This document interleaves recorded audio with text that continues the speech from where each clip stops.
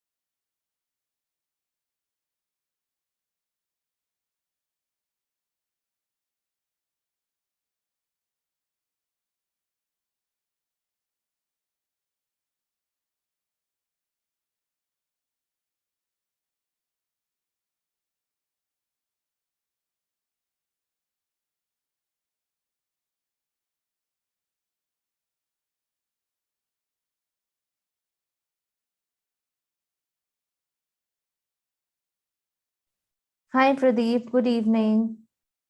So I think we'll start off with the Diksha and we'll have the other panelists joining in like 5 minutes. So just give me a moment, Diksha. So I think we already have questions coming in the Q&A section. Yes. I think the students are really excited to, get hold of all their queries. So we'll just quickly live stream this and start off.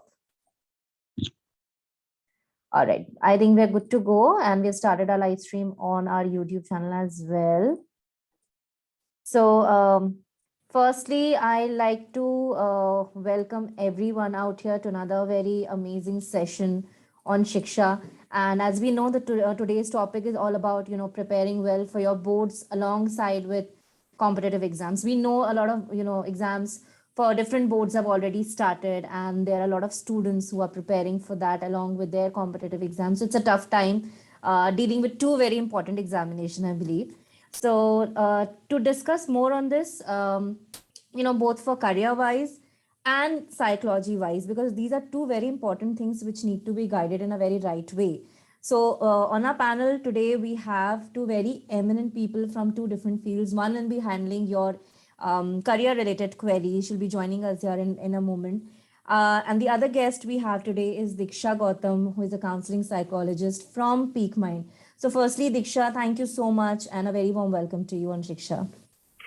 Thank you. Thank you so much, Bhagyashree.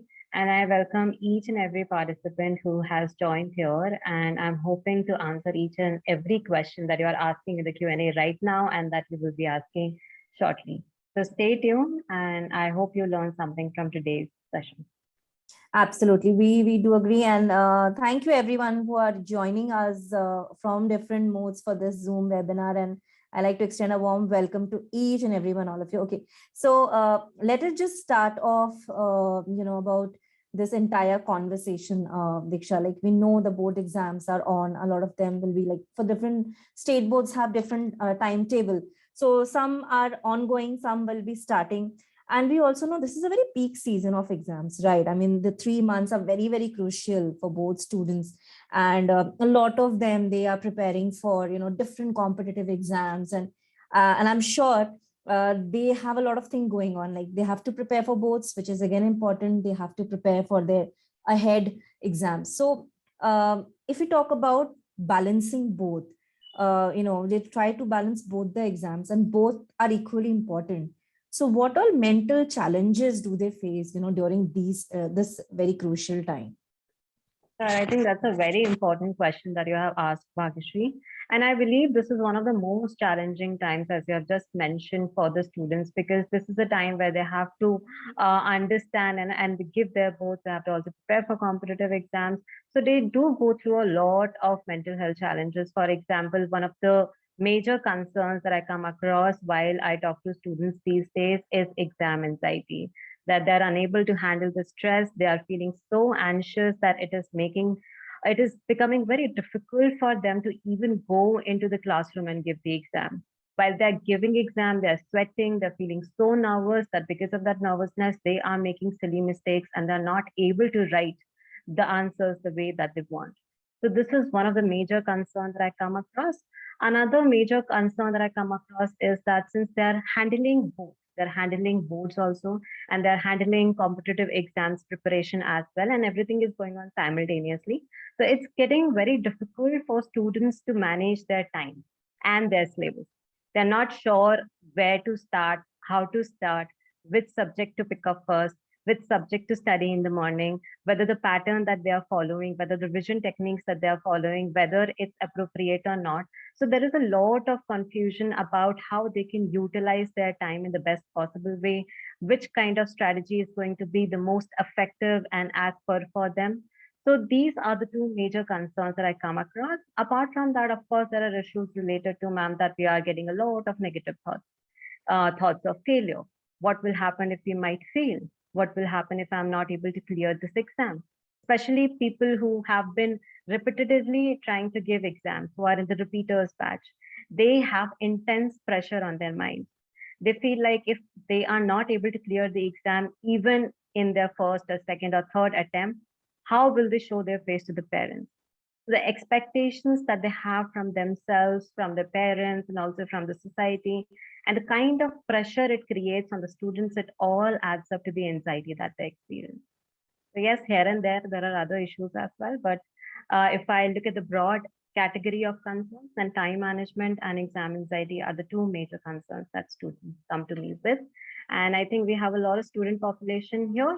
So you can just let me know if you disagree with my answers, if you think that, I am not able to cover up any particular concern that you want me to answer about. Right, absolutely. Thank you, Diksha, for that answer. And I'll quickly pick up a question I could see here in Q&A. So this comes, the student has not mentioned his name, but I'll just like to read out the question. So he or she wants to know, what would be your advice to someone who is applying to multiple courses because they're not completely sure of what they want to pursue, and they are facing a trouble choosing a specific line of interest. So I think the particular student wants to know how can they decide on their mind and take a strong decision that, okay, this is the right course and I should pursue this and go ahead with that. Very, very nice question. Whoever has asked this, I think this is really, really important because not just you, I am pretty sure that the many students present here must be in the same line, must be feeling confused about which career option should they go for. So first thing, you need to look at your strengths. What are the things that you are actually good at? What are the things that you can do it little easily and where you do not have to check your time again and again? So find out your strengths, find out where your interest lies is the second point, and look at the match. Which area or which field do you think that there is a match between your interest and a match between your strength? And that is the career option that you should, follow for yourself. Now, again, when we try and look into the strengths part that I'm speaking about, it might take some time. Sometimes we are not able to figure out what our strength is, or even if we are able to figure out, again, we might, make a list of the professions that, we might be good at, or we might want to go into. So it's always good to talk to people who are in that field already and also research more about those professions in as much detail as possible. Read different blogs, read different articles, and as many people as you can, or you can interact to who are particularly in part of that field, talk to those people.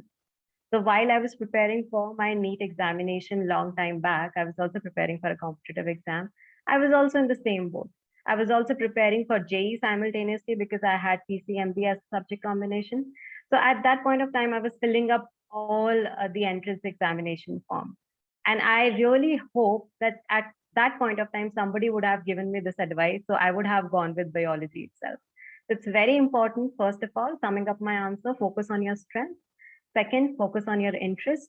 And whichever career field matches the both, you research about that field, talk to the people in that field, and then decide. All right. So I think we have a very good example of someone who has already been through that and who is also guiding a lot of students on these. So Diksha, just rolling up this thing, that what was your whole experience? I mean, how did you tackle? Because since you have the experience, I think a lot of them are here to know about NEET and competitive exams and, together doing also. Just share a few things about your experience. So I honestly feel that I wish even now I would say, and every time I talk about my experience, I wish that, somebody at that point of time would have told me that these are the time management techniques and this is what you have to, this is how you need to prepare. So I was very confused. I did not know where to go, what to do. Somebody was saying that, okay, you opt for PCM. Somebody was saying that, okay, you opt for all the four subjects because that will open more career options for you. But ultimately, you need to see how much of it you can manage and where your interest lies more. So I took up PCMB. I was going into one of the premier institutes for my NEET preparation. So I was balancing my school. I was balancing my school attendance and then going to the private tuitions in the evening and then going to the coaching institute during the weekend. So I did not have any time. So I was so confused and so overwhelmed all the time. And it was getting very difficult for me to manage my time and also manage my emotions because there was too much to do and very less time. So that is why I do understand that, this is one of the challenging periods of the students who are preparing for boards as well as competitive exams, because their life is going to change from here. They're going to get into their dream college. Some people might give an attempt again. But the important part is whatever concern that you're facing, you open up about them, talk about them, so that a professional like us we can help you in the best possible way. Right. Thank you so much, Diksha, for sharing your personal experience, because I think, students can actually relate themselves when they get to hear some real life experiences on that. All right. I'm moving to another question from Satvik, and he wants to know about how can you, maintain that kind of time management, because as a student, I know they must be finding it very, very difficult, to balance and giving a particular time to each of the exams and still having that peace of mind. So how do they maintain that? Very true. See, Swastik, I'll give you certain time management techniques, but again, it can vary from individual to individual and to what sort of timetable that you follow. So I will give you some generic time management technique. For example, there is one technique called Pomodoro technique. So what does this technique say? That whenever you are studying, you study in slots as per your attention span. Some students can concentrate maximum up to 30 minutes without getting distracted. Some students can concentrate up to 50 minutes to 1 hour without getting distracted, even for once. So you study as per your attention span. The moment you start getting distracted, the moment you start thinking about other random thoughts or start daydreaming, or you are just getting tempted to use probably your mobile phone, or just to get up and have some walk, if that all is happening with you, it means that your body and mind is telling you it is a time to take a break. A lot of students do not realize the importance of break, and they just keep on pushing themselves, and that is what makes the situation work. So if you're trying to manage your time, first of all, work as per your concentration slash attention span. Study for 30 minutes, study for 40 minutes, take a break of 5 minutes, go to the loo, freshen up, do some exercises, do some jumping jacks, take a walk, and then come back with a glass of water. Again, repeat the same cycle. Again, you study for 30 to 35 minutes, take a break of 5 to 7 minutes, and repeat this cycle for 3 to 4 times, and then take a longer break. To make this technique more effective, what you can additionally do is prepare a to-do list one day in advance. For example, if I have to plan for tomorrow, then what I do is before sleeping today, I will make a list of things that I have to do tomorrow, and I will be doing it using this Pomodoro technique itself. So for example, if I have probably 3 tasks in my to-do list, that I have to do chapter number 1 of physics, I have to do chapter number 2 of chemistry, and chapter number 3 of biology. Okay, so these are the 3 tasks in my to-do list. Arrange them in the order of importance and urgency. Okay, I have my I have my physics exam before, so I will be preparing for physics chapter number 2 first. And that is how you start preparing right when you get up in the morning and you sit for study without wasting any time. So these are the 2 techniques that can help you, hopefully. And if not, you can, reach out to us if possible personally, and we can talk about it in detail. But these strategies, both of these strategies are definitely going to help you, sir. Right.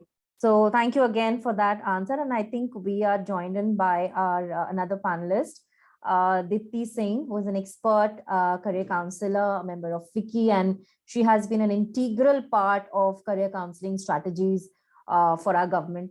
Ma'am, thank you so much and welcome again on our webinar.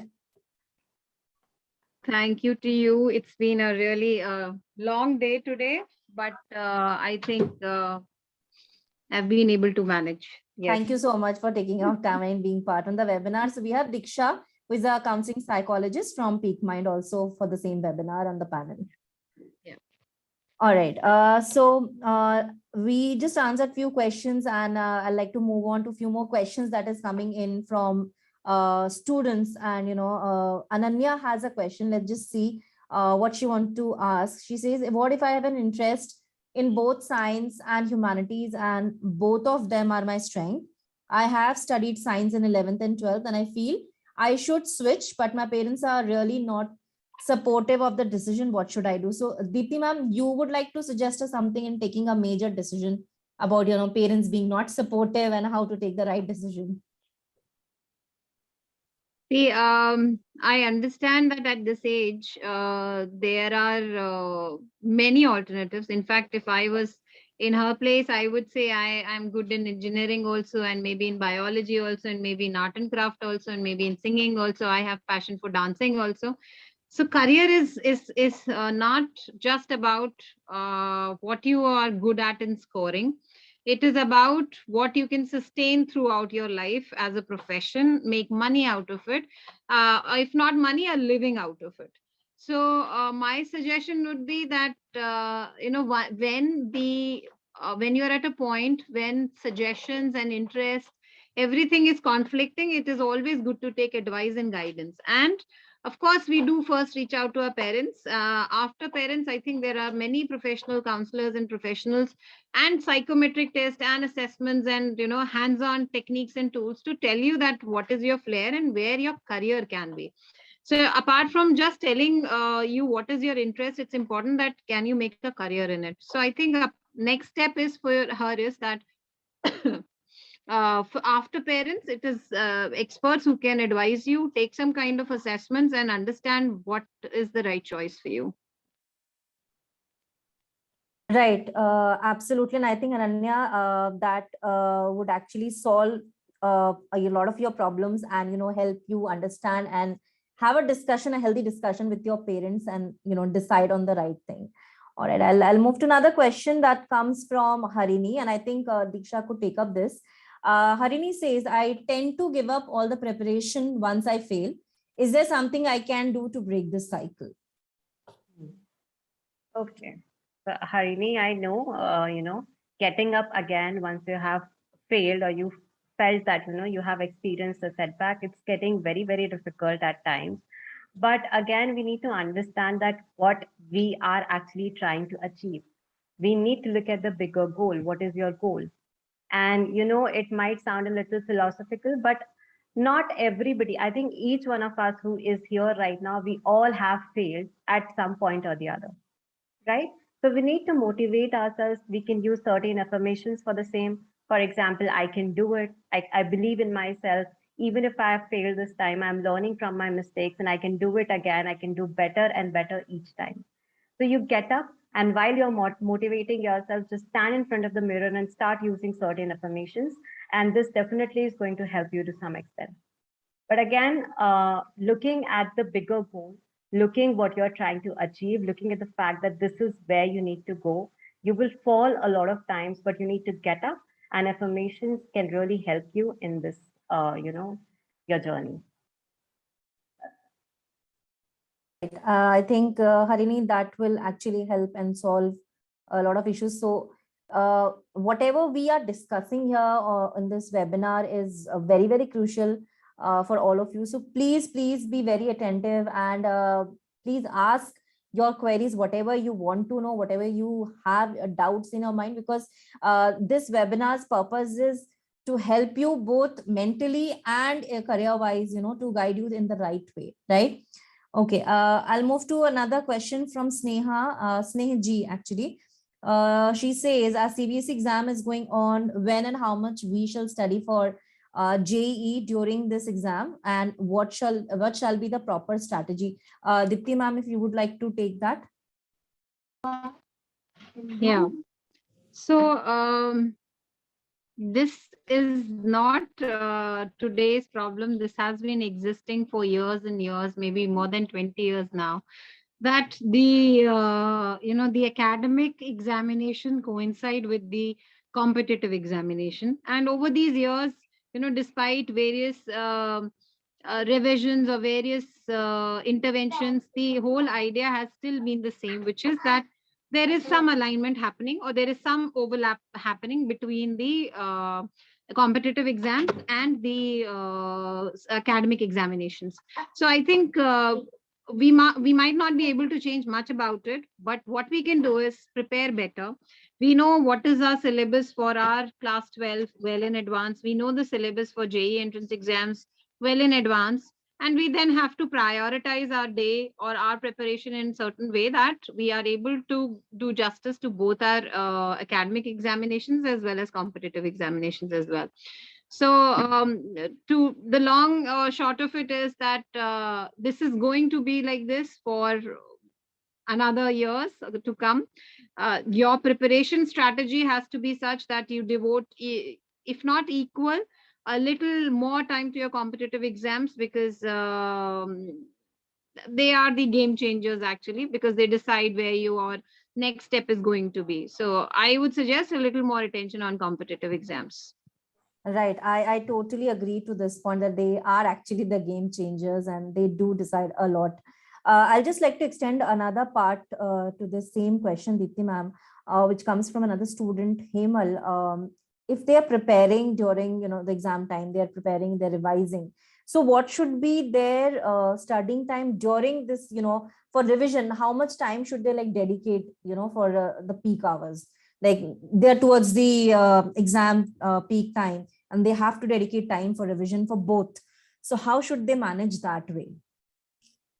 See how I used to do it, and how my batchmates, when I was preparing for IITs and other competitive engineering exams, we used to focus on the exams, like the board exams or the class 12 exams, and there was at least a month or 1.5 gap between our competitive exam and our academic exam.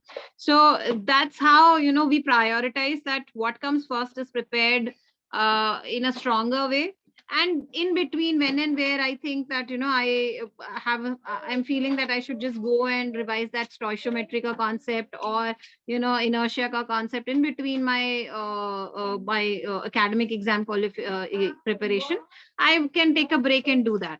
So that's how we used to do, prioritize what comes first, and then give dedicated full days to the competitive exam preparation.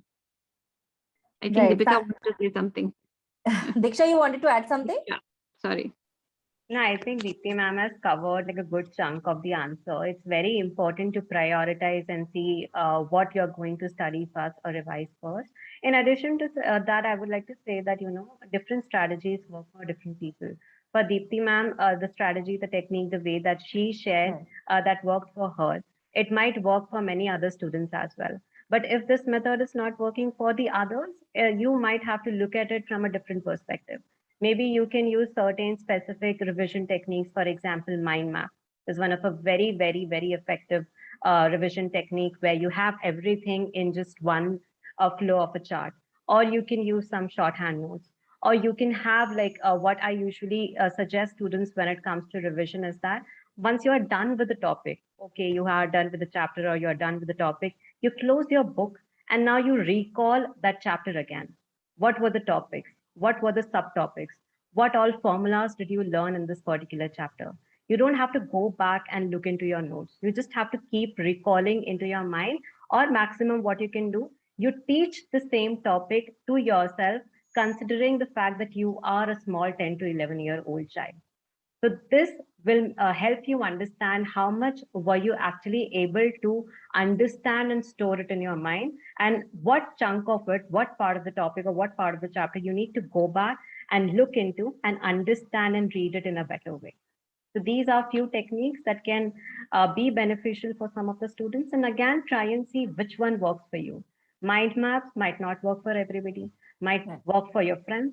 So again, whatever strategies Deepti ma'am suggested and the ones that I have given it to you, you give a trial and error to all of those and see which one is suitable as per your needs.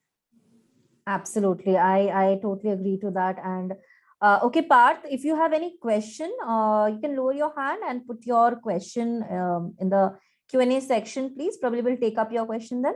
Okay, Diksha, I'll move to another question, which is coming from another student. And he or she says, one day you're focused, you can study the entire day, but the next day you just cannot focus. Every word that you're reading is like slipping out of the head. So how to be consistent, throughout, and keep those things in mind? A very nice question, and I think I have spoken to my students also a lot about it. And it's completely okay to not have focus on some days. You're not a machine, you're a human being. Okay, so if you feel like, one day or 2 days you're able to do so well and you are being so productive, but the next day you're not being so productive, it's completely okay. But what you can do is try and utilize the amount of energy you have, the amount of focus you have in the best possible way. Maybe if on Monday you were motivated and you were able to study for 8 to 10 hours, on Tuesday you were able to study only for 4 to 5 hours, then ensure that the 4 to 5 hours you study, you study in an effective manner. Whatever you learn in that time slot should be stored into your long term memory. And you need to keep on revising that. And again, also listen to your mind and body. This is something that I had already covered in one of the answers. If you are losing focus, try and understand what is the reason behind it. Maybe you're not giving yourself enough breaks in between. That is why you do not feel like studying again. Maybe the previous day you pushed yourself so hard that now your mind needs to relax for some point of time. So you find out the reasons why you are losing focus, and again work on that, reason. And again, focusing on the point that it is okay to lose focus some days. You need to understand the reason and work accordingly.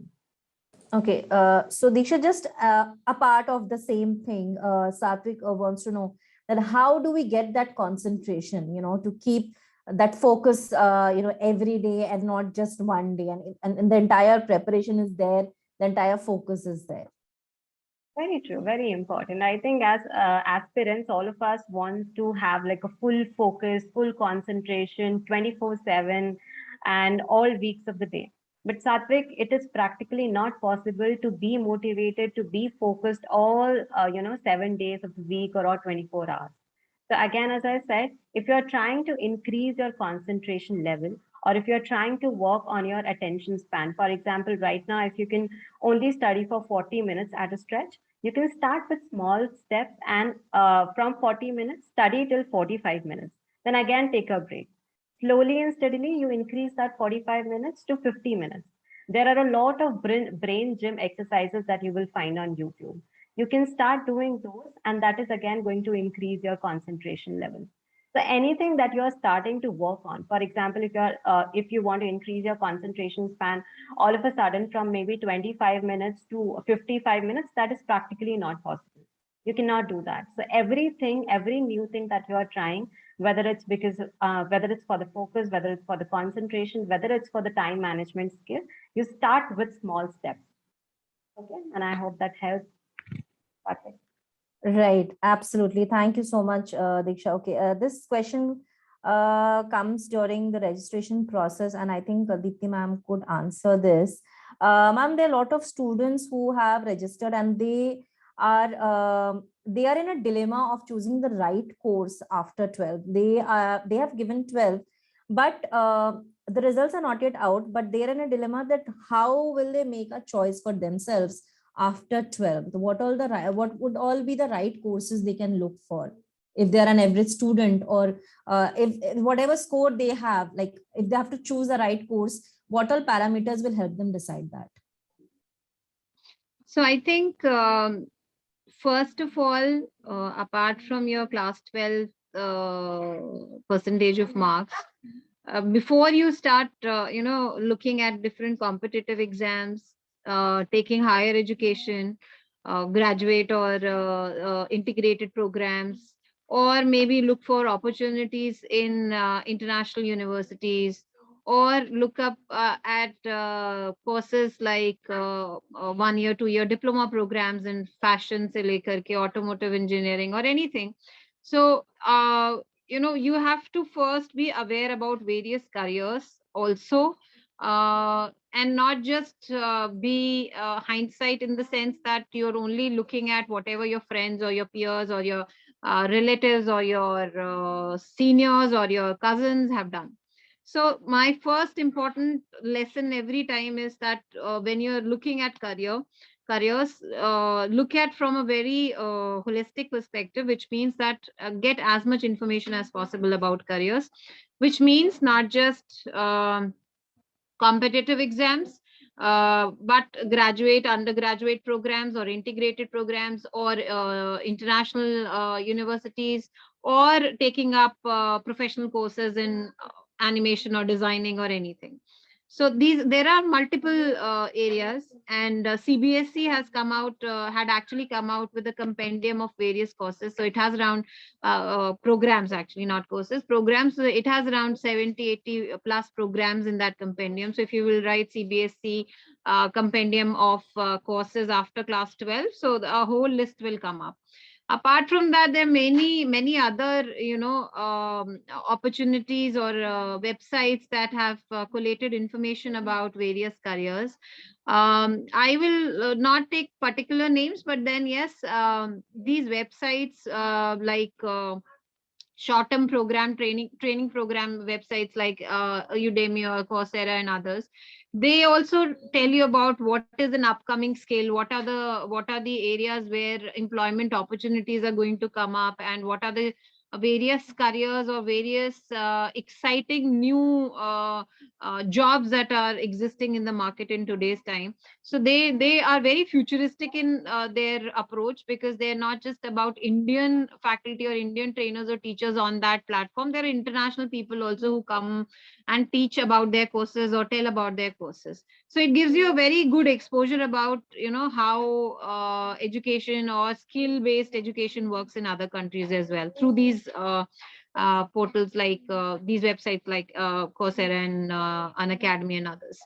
So I think that is how I would say that any kind of preparation or any kind of decision on what career you should take up should not just be based on your instinct. It should be an informed decision based on collective wisdom taken from your seniors, from advisors, from experts, and also looking at the market demand. So वो time चला गया जब सब engineering करते थे और engineers ही बनते थे या doctors ही बनते थे. Now it is more on the competency and skill based job opportunities, where we are looking at not just technical skills, we are looking at soft skills, and we are looking at 21st century skills like cognitive skills and thinking ability, problem solving, and so much so forth. Right. So I think one of them have also asked that what should I do after 12 as I'm pursuing commerce? Someone like, I think this stream also helped them decide a lot of things after 12. If someone is from a commerce background, like what would you like to suggest them? So there are multiple options apart from your CA exams and financial services exams. The banking sector is quite huge, but then you'll have to see that what kind of courses you want to take. Again, there are courses around financial literacy, banking, financial services. There are courses around from ICFAI also, from NIFA also. So you can take up stockbroking courses or understanding of market shares and others. So there are a lot of opportunities. You'll have to first look through these small modules or capsules of courses to understand what is your area of interest, and then opportunities in bank PO examinations, recruitments like in the public sector banks are also one of the options for commerce students. Right. I think Parth, that would really help you, as in what all options you have, after doing 12th, and since you have the commerce stream, right? So I'll just move to another question coming here. I think Diksha would like to take that. So the student says, what will be your advice for people who are delaying decisions because of the fear of making the wrong decision and then regretting it later? So I think he or she is in a kind of dilemma that he is not able to solve. So if you can guide him or her for the right way. Sure. So it looks like there's a lot of confusion and also fear of making the wrong decision, which can lead to a lot of things. For example, you not ending up taking any decision. So what you can do here is, to clear up that confusion, make a list of pros and cons. That is going to help you decide whether this decision that you're planning to take is whether it's going to be more of an advantage for you or whether it is more going to be at a disadvantage for you. So when you will make the list, when you are making that list itself, you will get the clarity whether this is the decision that you should take or not. And also think about it in as much detail as possible, right? Look into different perspectives. And as I said, even if you are confused about your career, then also Deepthi ma'am also mentioned that it is very important to do the research and know more and more about that. So it's very important again to look into the pros and cons and get into the depth of whatever is troubling you right now. Right. Actually, and we'll just move to Bhagyashree, a few. what I'll add here is that, Yes, ma'am. I have seen over these years that, decisions, whatever, you fear you're going to take a wrong decision or right decision, there are choices that we make. And, when we make choices, there are a lot of factors that are factored in or that are considered when we make decisions. So I don't think any of us should be scared of making decisions looking at the point that what will be the outcome. That's why I'm saying that make informed choices, make informed decisions, so that the possibility of going wrong reduces. But however, all said and done, if you like being in a certain job, or how your career flourishes in the coming years, you might like being a CA, you might not like being a CA. That is something which is very, very evolving. So for the fear of unknown, you should not think that you should avoid a decision or fear of making a decision. Go ahead and make your decision. Just take advices as much as possible. Absolutely. I agree to that. And I think that's a very good advice that I think all of them who are attending this webinar should understand and follow strictly. Right. Okay. I'll just move to another question coming here from Bhuvan. Okay, Bhuvan, let's just try if we can help you out. How should we study if we're going to write two different entrance exams like MSET and JEE Mains? So, Dipti ma'am, can you help him and guide him? Like, he is in a dilemma. I'm sure I can sense that from his question. Two different exams, and how should we study for both? Mm. So I think the difficult question is that you're writing two exams, and and if the content or the syllabus of both the exams is very different, then it becomes a even tougher choice or even tougher way to manage things, or to manage your course, or to manage the syllabus. However, the key is prioritizing again. Work on your strongest subjects, whatever are the common subjects between the both the exams, work on them, so that at least if once you're thorough with those concepts, you are sure that you're going to score well in both the exams. And then work on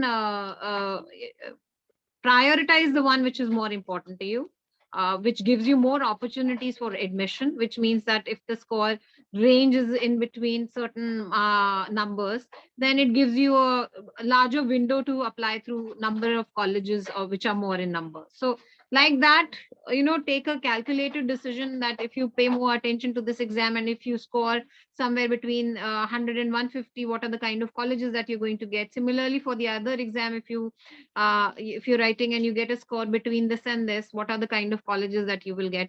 So that kind of information is required to prioritize which exam you should be focusing on. Right, absolutely. Thank you, ma'am, for that answer. And I'll quickly move to another part. I think a lot of them have a lot of questions regarding JEE because JEE is approaching. So I think a lot of them are sitting for JEE exams and they are eager to know. So we'll try and take your questions. But before that, I'll move to Diksha for another very important question that I see here is, I mean, how can parents play a very crucial role in this tough time for students who are juggling between two very important exams of their lifetime? So what role parents have over here? I think parents play a very, very important role at this point of time. And at times, they are involved in the decision making process. Specifically in India, if we talk about, parents are involved in every step. So that is why it is very important for students to have a good relationship, healthy relationship with their parents. So if you are listening right now, if your parents are listening right now, I would say that it is important that you have a healthy environment at home. There is open communication where you can speak your heart out, where your parents can speak your heart out, and wherever there is conflict that arises. For example, sometimes it can be that you are at one end of the rope and your parents are at the different end of the rope. And there are a lot of clashes and then arguments during that point of time that are going to happen. So it's very important that you both push yourself into the middle, negotiate, and decide what is suitable as per the requirement and as per both of yours suitability. Very important in that case. Very important, another segment is listening. At times when parents and students, they end up having an argument. A lot of times both of you are not listening to each other. Both of you are just waiting for the other person to stop saying, so that you can speak and you can respond and not understand what the other person is trying to speak. So at this point of time, if you are having fights, arguments with your children, or the same goes for the children as well, if you're having arguments and fights with your parents, it is going to be another added pressure in your life. So it's very important to have open communication, listen to your parents, parents also listen to the children, give respect to each other. In India, it is always considered that students should give respect to children, or students should give respect to parents because they are elders. But today we also need to understand that children also deserve respect. They also Students also need respect. That has to come from both ways. And what parents can additionally do, because a lot of times students come to me with a concern that parents do not understand that we need our space to study. You don't have to come in and again and check how much you have done, or you have such limited time left and this is the only topic that you have covered. How are you going to do it? The child already knows that he has a limited time. The child already knows that, okay, this is the portion left that he needs to cover. So instead of going into their room again and again, it is important that you have a discussion with your child on the same lines. That, okay, today, if you have planned this for yourself, then probably by the end of the day, I will come and we will speak about what all things you were able to cover, what all things you were not able to cover, and what can we ensure so that whatever is left, you can do it the next morning. So that sort of communication needs to happen between the parents and children so that the home environment is stable and this argument and fights doesn't become a reason for another added pressure during the examination time. Right, right. Absolutely. Thank you, Diksha, for that answer. And I'll quickly move to another question that is coming here. Okay, so Kushi wants to know, needs some help in career guidance, and she wants to know best colleges for environmental engineering. So, Deepti ma'am, you have any suggestions for Kushi for environmental engineering? I'm thinking. So apart from the IITs and Indian Institute of Science, tier 2, I think HBTI offers environmental engineering, Great Lakes, TERI, the Energy Research Institute. There are quite many. There's one in Dehradun as well. So these are the top 5-10 colleges that offer environmental sciences or some programs in environment. Right. And Kushi has another part of the question that I think Diksha would like to take. She says, some days go nice, but some days I do not feel like studying. So Diksha, quickly answer on this. So again, Christian, you need to understand what is happening on those certain days. Why are you more productive on one day and why you are not productive on the other day? You get into the nitty-gritties of it, try to understand the reason behind it. And also, as I mentioned while I was answering the focus wala question, is that you need to understand whether you're giving enough breaks to yourself or not. If you'll keep on studying every time, you'll keep on pushing yourself to such an extent that your body and mind is tired, it is automatically in different ways going to tell you that, I need a break. So that is why taking enough breaks is very, very important. If you're losing focus, if you're not, able to be productive, understand the reason behind it, work on that reason, right? And that is how you can overcome this challenge. Right, absolutely. And I'll quickly move to another question that was coming from Bade Anil. Okay. So, Diksha, he has a very, I'm sure, very interesting question actually. So he wants to know how can we control emotions? I mean, he wants to know about controlling sleeping in afternoon classes and controlling different emotions. So what all they can do to control their different emotions? Absolutely. It's a very important question. It is one of the major skills that we look into when it comes into 21st century skills. So controlling emotions is actually not possible. You cannot control your anger. You cannot control your sadness. You cannot control your happiness because they are emotions and you're human. So you're going to experience both positive and difficult emotions. But what you can do is manage them when it comes to the difficult emotions and also ensuring that the actions and the behavior that follow the emotional expression, that is what you need to work on. For example, if you are getting angry because maybe you have not scored good in your exam, it's okay. Of course, you will get angry. Of course, you will get sad. Something has happened that probably you must have not imagined, or probably this is what not you expected from your exam. So you are going to feel angry. You are going to feel sad. So first of all, acknowledge that you're feeling sad. Acknowledge that you're feeling angry. You don't have to say, no, no, nothing has happened. I am okay. I am not angry. I'm not sad. Yes, you are sad. Something has happened in your life. You are sad. First of all, recognize the emotion that you are experiencing. Label it, whether it's sadness, whether it's anger, whether it's happiness, whether it's something else, maybe excitement. A lot of times we end up showing anger while we are actually sad because we do not know how to express sadness, right? When we want to cry, we end up shouting. So understand which emotion you are experiencing and accordingly channelize that emotion. For example, a lot of times out of anger, we end up slapping our children, or children end up beating each other or abusing each other. So that is one of the way of taking that energy buildup out of your body, which is sort of unhealthy because it is harming you, it is harming the other person. So what else you can do in a better way to channelize that energy? If you see yourself getting sad, you write it down about the situation that made you sad. What happened? Why are you feeling this way? And do something that makes you feel better once the energy is out. If you're feeling angry, punch a punching bag. Go for a run. Go for a sport. If you can do nothing, just sit with a pen and a paper and start writing or start scribbling so that the energy comes out in a proper way and it does not harm you or it does not harm any other person in the home or in the school and does not disrupt your relations with them. So that is how acknowledging, labeling, and working on them. These are the three steps that you can follow while you're working on your emotions. Right. Thank you, Diksha, for that wonderful answer. And I'll quickly come to another question that comes from Prince. Okay. So I think Dipti ma'am would be able to help him out in this. So, ma'am, Prince says he wants to know the timetable to study GATE exam because he's a college student and he reaches home at 5 p.m. So if you can guide him with some sort of study plan that he could follow. So, Prince, I think my top three recommendations would be that, I'm an engineer also. So we know what is the pressure of gate and how do we have to prepare, and we usually try that, we are able to crack it in our final year of engineering only.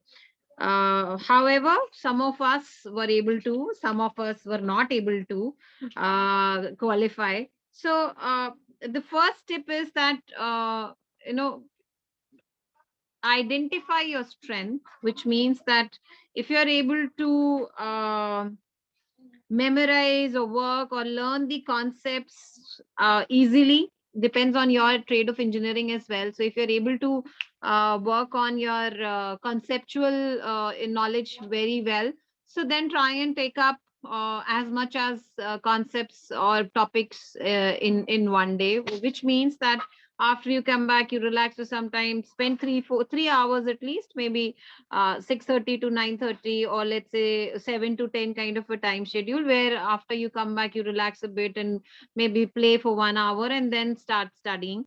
So 2-3 hours in one day should be good, and in those 2-3 hours you could look at making a timetable where you start focusing on things that first interest you, so that you get into a momentum. So if uh, whatever subjects, algorithms or data analytics or anything, whichever is your favorite subject, start with those subjects, and the course material from the, or the syllabus from the gate exam, so that you are kind of deep diving into a topic which you've already studied.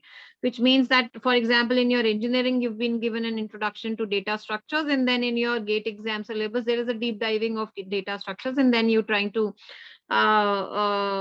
gain more knowledge on it.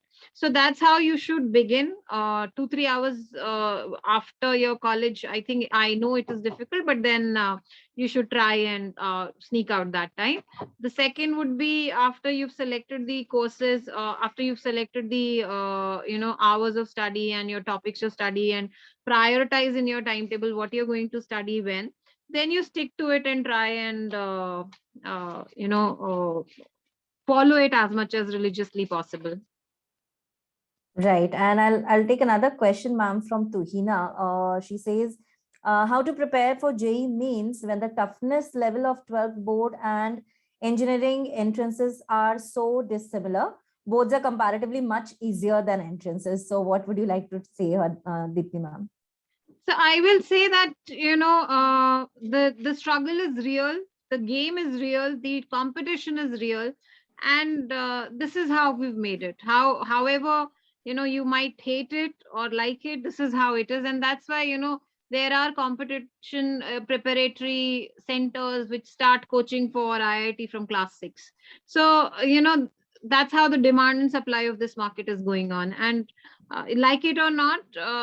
It is severe, it is tense, and it is immense, and that's why you will see plethora of books, content, training institutes, coaching centers, A sir, B sir, D sir, doing every kind of teaching everywhere for IITs. So because the IITs, they promise a very strong future, strong packages, strong placements. So that's why the drive is very, very huge and very popular for them. At the same time, I will not say that uh, thousand, I think 1,500 or 2,000 seats ke liye pura India baithta hai, and then that's the end of the story. I think there's much more to our lives. There are hundreds and millions of careers now. Millions to nahi chalo, hundreds of careers which have come up with the Yes. post pandemic era, which we had never known. So we want to become fashion designers, but then there are so many other options in the fashion industry apart from just designing a garment, right? From stitching se lekar ke to presentation to um, management of an event. So there are so many jobs in artificial intelligence that have come up, from cloud computing, where there's so many applications that you see on your phone, so many benefits of payment transactions, of financial technology that has come up. So the careers are immense. And your science background and your acumen towards science and technology is going to benefit you. So look beyond IITs as well, and do not think that this is the end of the journey. Right. It's just Yes, ma'am. Okay, so Anshuman, you can just drop in quickly your question. I'll just move to another question which I see here, and I think Diksha would like to take this up because this deals with, I think, exam anxiety. That's again a very important part. So the student says at this time when marks are seen as the only criteria by the society to judge how hard a student is working. So this particular student has many exams in between the boards, which is obviously hindering his preparation towards CBSE. So he is in a dilemma that what if I don't get good marks in class 12? So I think he is suffering from some kind of exam anxiety. And how would you like to suggest him, Diksha? Yes, I think there is some sort of anxiety in there. If not anxiety, there's a lot of worry that I can see. The child who has asked this, the student, he's actually worried about what people are going to say and what will happen if he's not able to clear the exam. So let me tell you one thing, that your anxiety is taking you way away from the present. Right now, you are gone into the future and you're imagining situations that have not happened yet. So, in such situations where you start wondering about what is going to happen if I am not able to clear my competitive exam, or what is going to happen if I'm not able to clear my board exam, and other thoughts that keep on coming and coming and coming. This is how negative thought cycle works. One negative thought will come, one difficult thought will come, and then after that another will come, and then another will come, and within minutes you will be in the loop of overthinking. So what you can do at this point of time, first of all, realize that right now you're moving away from the present. You are imagining scenarios, 99% of which are not going to come true if you're going to come back and focus on your present. So when you start thinking about future events, first of all, literally show your mind a stop signal, a big STOP red signal to your mind, and ask it to come back in the present. That you have gone literally too far, please come back in the present and focus on what you have in hand right now. So what I have in my hand right now, that I need to prepare for my board exam as well as competitive exam. What can I do right now so that the future events that I'm imagining, they do not come true? I need to make a proper timetable so that there is a balance between the two. And focus on your present, and your present will take care of it. So use Right. this technique to come back to the present and focus.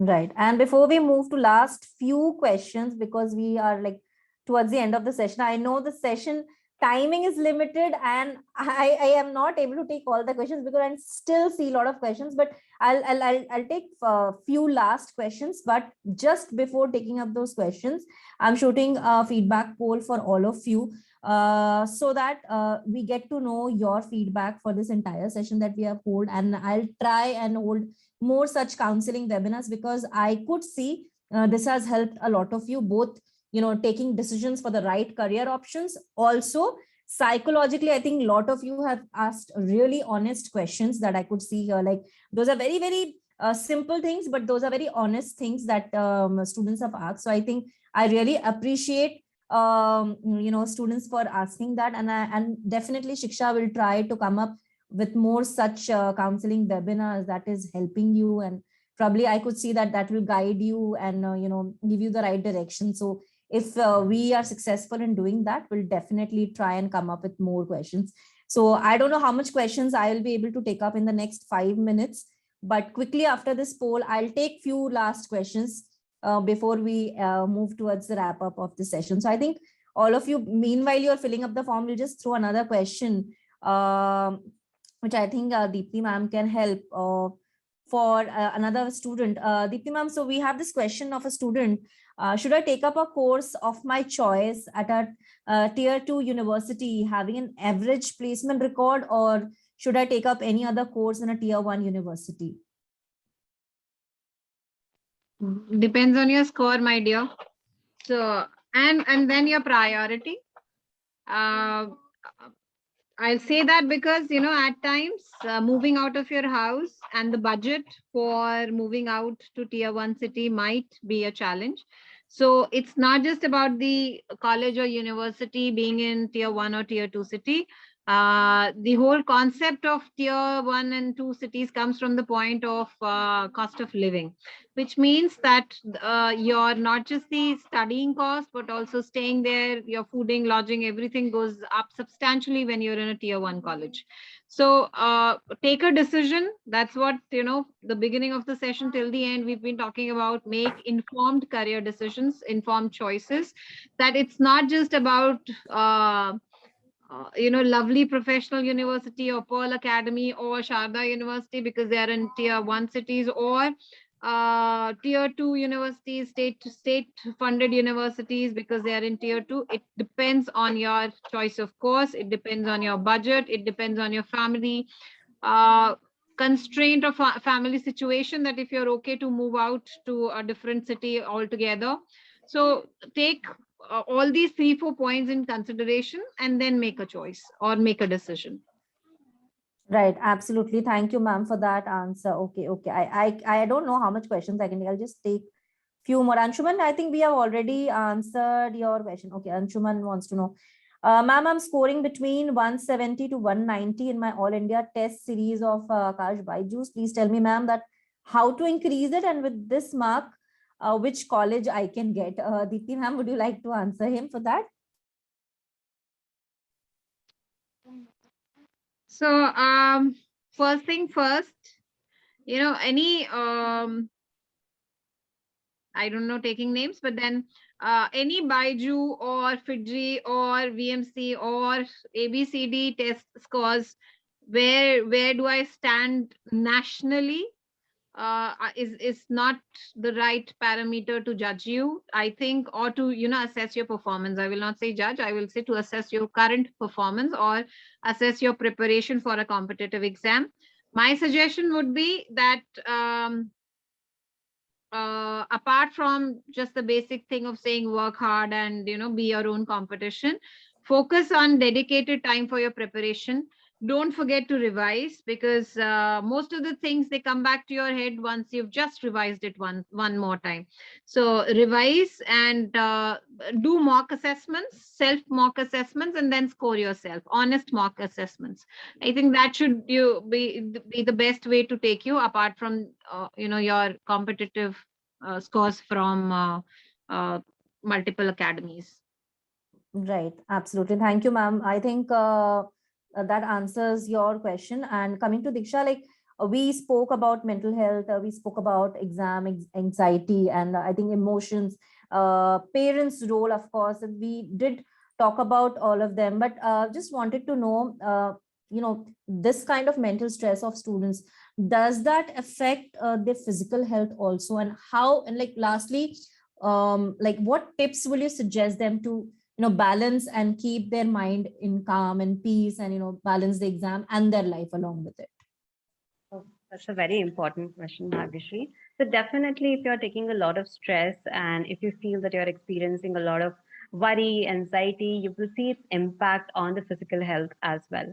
A lot of times, you must have noticed in yourself or within your friends that during the exam period, a lot of children fall sick. So that happens because, they are taking so much of stress that it is coming onto their physical health as well. At times when we are experiencing stress, so it's not in the shivering, it's not in the sweating, it's sometimes upset stomach that tells you that you are under stress. So both of the physical health and the mental health, they are linked. And when we are preparing for competitive exams, we know that it is a challenging journey. So it is very important to take care of both your mind and body. How can you take care of your body? You have enough sleep, you take good food, a balanced diet, and you also do some amount of exercise. If you don't have time to do like an hour exercise, at least 15 to 20 minutes of exercise or yoga or meditation or simple deep breathing practices during your breaks, 5 minute break, can really help. So you can search about deep breathing exercises. A very simple one is box breathing, where you breathe in for 4 seconds, you hold for 4 seconds, breathe out for 4 seconds, and again hold for 4 seconds. So the very simple deep breathing exercises like these can actually help you in maintaining a good mental and physical health and also calm your anxiety. Apart from that, specifically, if I talk to you about mental health, then journaling can be a very, very good exercise that you can do before sleeping. If you feel like there are a lot of negative thoughts that were troubling you during the day, or they're not letting you speak or sleep, sorry, then you can probably write those thoughts down, how they are making you feel, any particular solution that you can look for right now, or you can come up with while you're writing about those thoughts, about those emotions, write about them as well. So what will happen again, your energy will get channelized and you will get a better sleep, and also all the thoughts, all the emotions, you have just poured it out on that piece of paper. And one thing, again, additionally, that I would like to tell all of you is that during this process, we at times forget to take care of ourselves. So, at least for 10 to 15 minutes in a day, do one thing that you really like and that does not involve gadgets. For example, a very simple thing can be that's something that I do every day after finishing my day and wrapping up my day. I sit in the balcony, I play some old music, old songs, and I also enjoy the weather and drink a cup of coffee.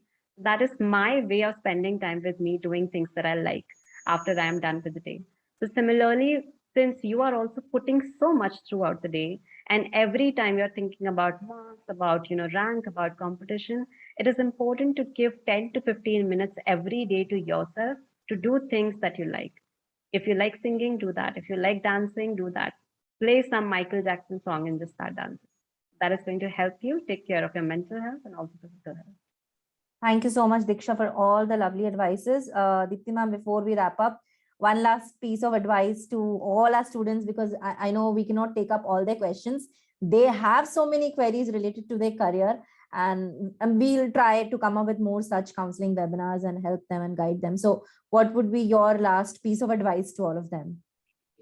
My last piece of advice is that talk, communicate, and create awareness. Matlab, the kind of questions that we are getting, I get a sense that students have not have had a free opportunity to talk to anybody about these questions.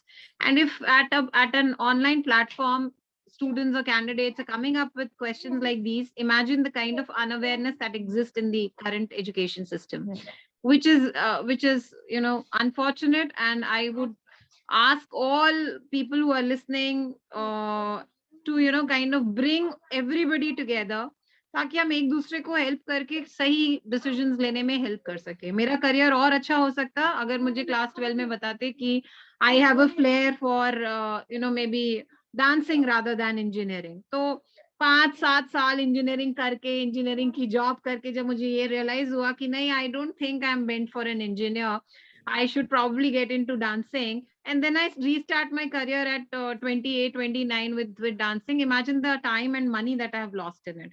So we need guidance, and guidance लेने में कोई बुराई नहीं होती है. We are not born with intelligence. People learn from experience. So create awareness, talk, and get as much as people involved talking about careers as possible. Right, absolutely. And I think that these two wonderful piece of advices coming in from these two panelists really winds up the entire session. And we are very sorry, we're already 5 minutes up on the time. But for any left out queries, please, dear students, make good use of askShiksha.com. We are there to help you and guide you and help you connect with our panelists. So please connect with us on the website and shoot your queries. We'll try and answer your queries. Also, I could see a lot of you were asking about CUET webinars, JEE. Please keep a good track on our LinkedIn pages. We are coming up with CUET webinars, JEE webinars, live series. So we are coming up with a lot of prep videos, prep counseling live for IAS and UPSC and for different exams.